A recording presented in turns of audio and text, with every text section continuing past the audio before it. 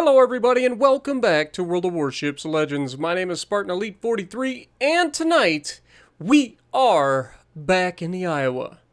Now before we get into this, I just want to say I know that you guys are wanting me to do some content on the new ships that just came out, but I got to take my time and unlock them the old-fashioned way just due to the fact that I do not have the kind of money to just throw $100 at a ship every 5 weeks. I just can't do that. So you're just going to have to bear with me. I know you guys are looking for content. So until I get the new ships, I can't do anything on them. But we do have a fun game in the Iowa tonight. We're on shards, and we're going to be in a bit of a fight where literally everybody just kind of like... I don't know if they abandon us or if they die. I can't remember. But either way, we end up in a fight versus this side. Basically solo. Now you can see we do have an Akatsuki here, we have a New Orleans here, and so that means we're probably top tier, right? If we're in a tier 7 and there's a tier 6 in front of you, you're probably top tier, which is at least good news. But our destroyer is going to do the one thing that every destroyer does on this map, which is charge straight into that gap and then try to turn broadside to launch torps and then just sit there. And if there's any destroyer worth his metal, he's not going to last very long. Now, right off the bat, we've got a broadside Baltimore begging for it out here. And you can see he is slowing down a little bit. So I'm like, okay, fine. If he's slowing down, we'll go ahead and take a shot. And then as soon as we go to fire, he turns in hardcore and then immediately speeds up a little bit. We adjust our aim for the second round with 2 different turrets. And unfortunately, we only get 1 shell. But that's going to happen occasionally, right? Now again, you see a radar cruiser, right? As a destroyer player, you've got to keep that in your mind. You can't just like put yourself in a position to be shot by everybody in case this guy ends up radaring, right? Because you know his goal, he knows you're in a cap, you're capturing the base. You've got torpedoes in the neighborhood, and here I can only assume he's been radared because all of a sudden the Flandre that's nearby, or the Flandre, is just ripping him apart. And he tries to smoke up, but it's too late. Now the Balti tries to nose out.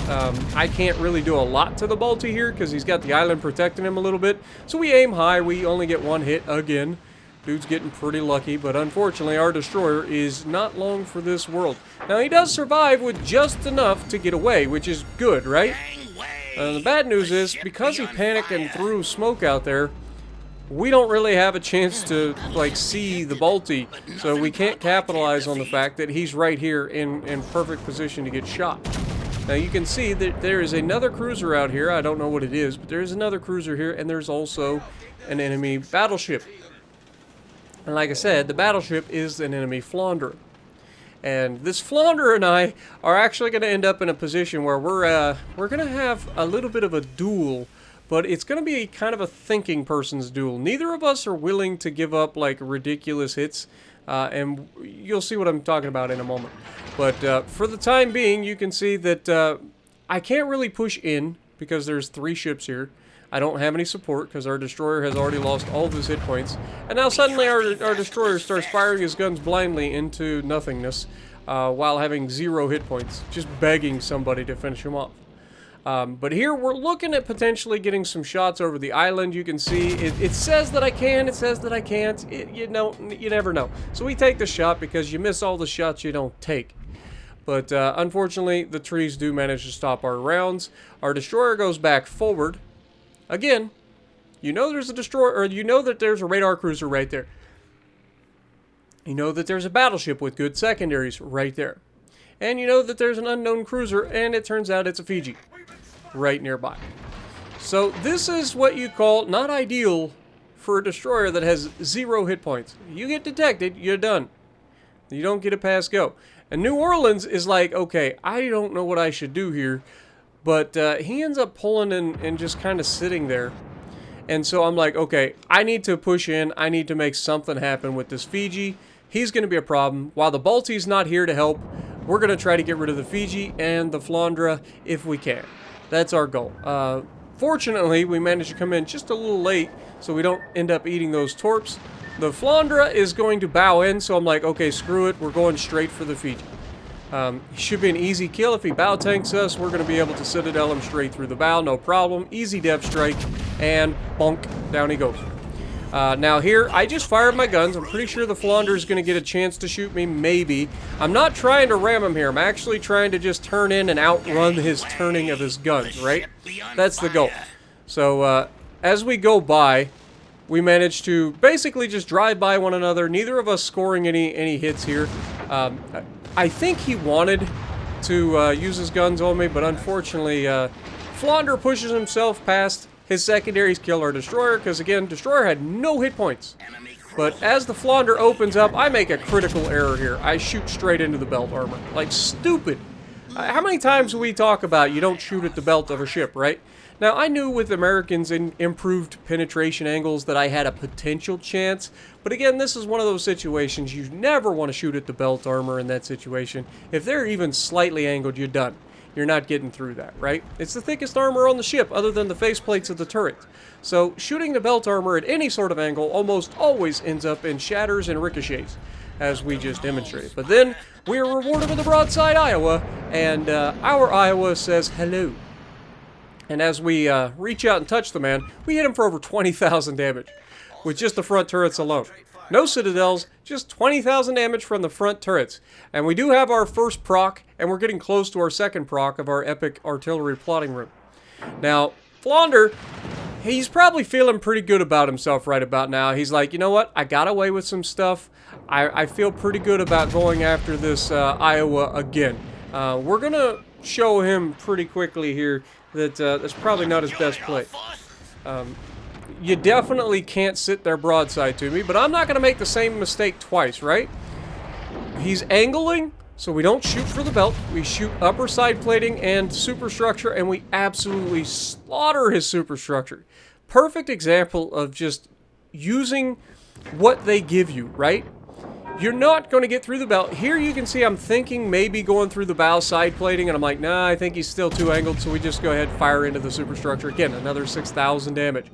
We're about to get the front guns back, and you can see I'm worried about a potential ram at this point, because he could absolutely ram us.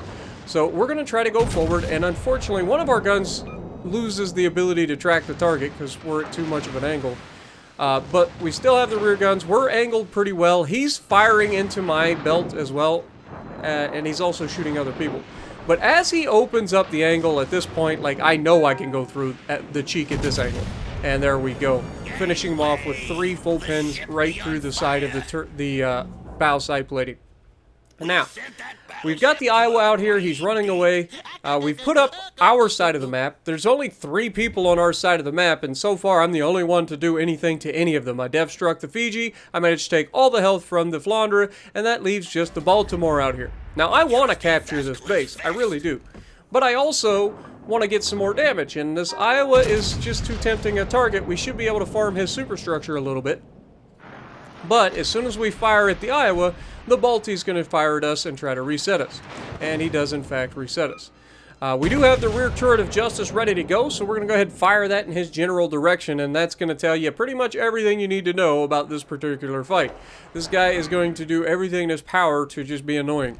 So rather than capturing the base, we're just going to go straight for this Balti. Like, this guy is going to be border humping. He doesn't really know what he's doing. There are plays that he could be making here, and this isn't it.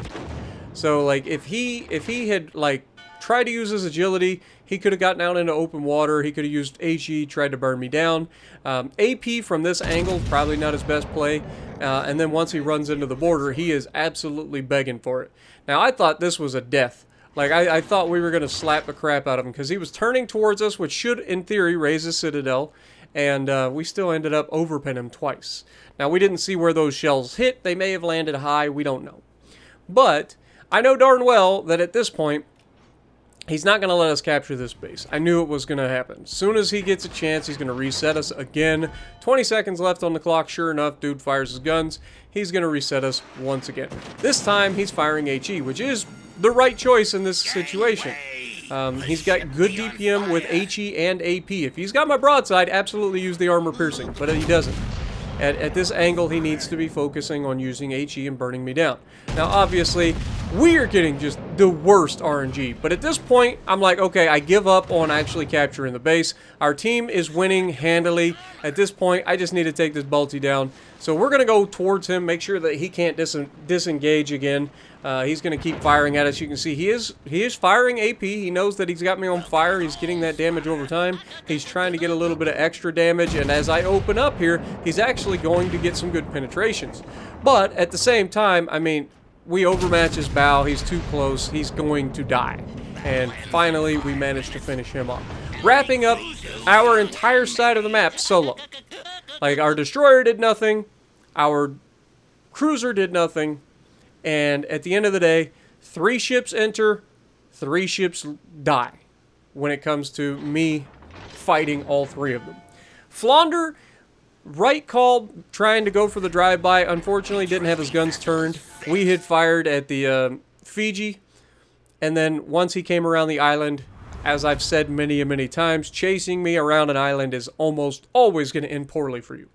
137,000 damage, not the highest damage, but we only fought 3 ships and we killed all 3 of them.